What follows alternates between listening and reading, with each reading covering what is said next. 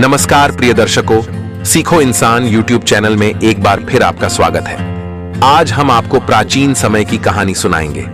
कहानी का प्रसंग बड़ा ज्ञानवर्धक, मनोरंजक और मोटिवेशनल है, इसलिए कहानी को पूरा अंत जरूर सुने।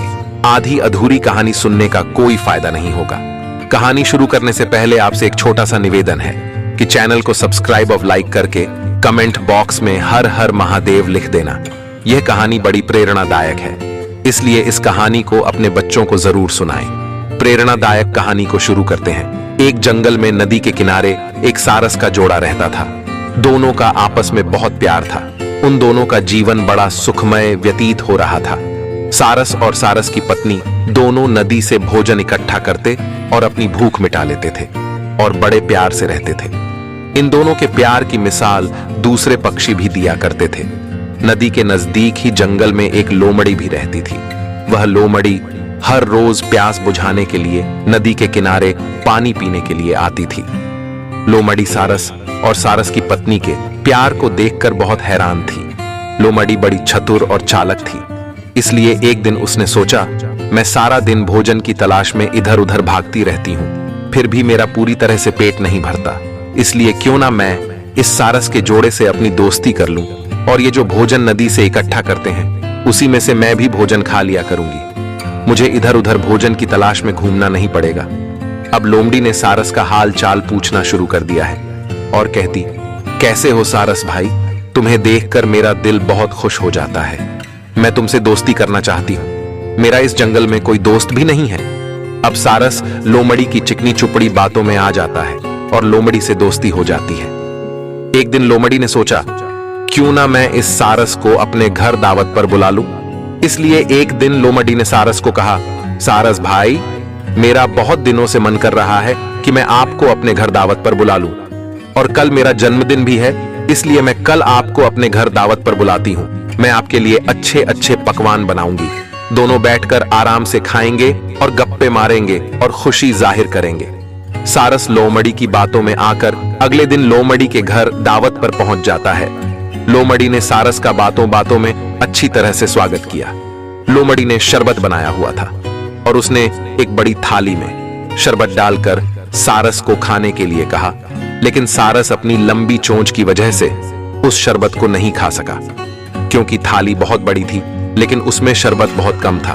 अब लोमड़ी तो शरबत खा रही थी और शरबत खाते खाते हुए सारस से पूछने लगी, सारस भाई, भोजन कैसा लगा?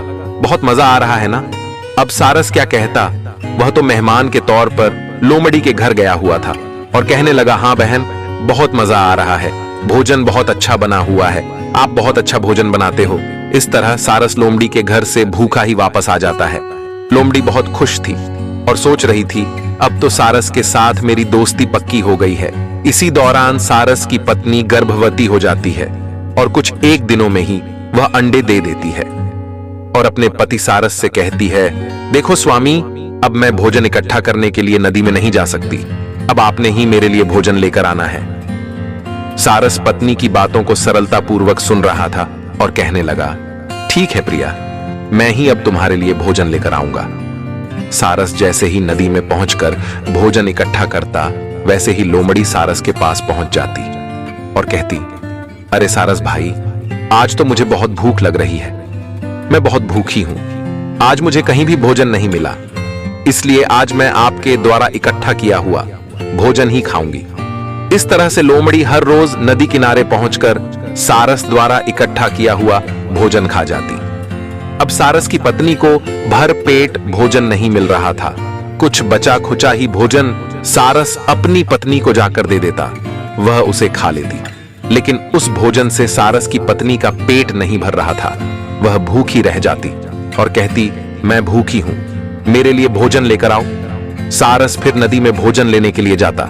जैसे ही सारस भोजन इकट्ठा करता, वैसे ही लोमड़ी सारस के पास पहुंचकर इकट्ठा किया हुआ भोजन को खा जाती और अब नदी में भी भोजन की कमी हो गई थी। भोजन पूरा नहीं हो रहा था और जो कुछ इकट्ठा करता उसको वह लोमड़ी खा जाती। इस कारण से सारस की पत्नी और सारस में झगड़ा रहने लगा। हर रोज लड़ाई झगड़ा होने लगा और अब बच्चे भी अंडों से बाहर आ गए थे। अब बच्चों के लिए भी भोजन लेकर आना होता था, इसलिए ज्यादा भोजन की जरूरत रहती थी। अब सारस बहुत दुखी था और मन ही मन सोचता रहता कि इस लोमड़ी से छुटकारा कैसे पाया जाए। एक दिन सारस उदास होकर अपनी पत्नी के पास बैठा था तो उसकी पत्नी कहने लगी, पिया जी, क्या बात है, आज भोजन लेने नहीं जाओगे? इस पर सारस कहता है, हे प्रिया, मैं भोजन तो बहुत सारा इकट्ठा करता हूं, लेकिन वह लोमड़ी ऐसे मौके पर आ जाती है। वह मेरे द्वारा इकट्ठा किया हुआ भोजन खा जाती है। बचा खुचा ही भोजन मैं तुम्हारे लिए और बच्चों के लिए लेकर आता हूं। मैं तो भूखा ही रह जाता हूं। यह सुनकर सारस की पत्नी कहती है, आप आज उसको नदी के किनारे भोजन नहीं देना। उसको कहना, तुम्हारी मेरे घर पर दावत है। मेरी पत्नी ने आज आपके लिए कुछ खास भोजन तैयार किया है, इसलिए आज भोजन मेरे घर पर खाना। सब मिलकर इकट्ठे बैठकर भोजन खाएंगे और खूब मजे लेंगे। यह सुनकर लोमड़ी बहुत खुश हुई और सारस के घर पहुंच जाती है। सारस और सारस की पत्नी ने लोमड़ी का दिल से स्वागत किया। यह देखकर लोमड़ी बहुत खुश हुई। सारस की पत्नी ने एक लंबे और तंग मुंह वाले बर्तन में शरबत डालकर लोमड़ी को खाने के लिए दे दिया और दोनों खुद भी शरबत खाने लगे। सारस और सारस की पत्नी की लंबी पतली चोंच होने के कारण वे तो शरबत को खा रहे थे, बच्चे भी भोजन खा रहे थे, लेकिन लोमड़ी का मुंह शरबत तक नहीं जा रहा था। इसलिए लोमड़ी बैठी बैठी सोच रही थी, अब क्या करूं? भोजन करते हुए सारस की पत्नी ने कहा, लोमड़ी बहन, कैसा लग रहा है शरबत? अच्छा है ना? बड़ा स्वाद आ रहा है ना? यह सुनकर लोमड़ी अपने किए हुए पर बहुत पछतावा कर रही थी। उसे बड़ा पश्चाताप हो रहा था और सोच रही थी, अगर मैं सारस के साथ अपने घर बुलाकर ऐसा नहीं करती तो आज मेरे साथ भी ऐसा नहीं होता। अब लोमड़ी के पास पश्चाताप के सिवाय और कुछ नहीं था और वह भूखी ही रह गई। और सारस ने कहा, जैसे को तैसा, यानी जैसा करोगे वैसा ही पाओगे। ये कहते हुए सारस और सारस की पत्नी बच्चों के साथ उड़ान भरकर भोजन की तलाश में दूसरे स्थान पर चले गए और लोमड़ी देखती रह गई। इसलिए कहते हैं, छीन कर खाने वालों का कभी पेट नहीं भरता और बांट कर खाने वाले कभी भूखे नहीं मरते। कहानी अच्छी लगी है तो कृपया चैनल को सब्सक्राइब और लाइक करके कमेंट बॉक्स में हर हर महादेव लिख देना। अगली वीडियो में फिर मिलते हैं। धन्यवाद।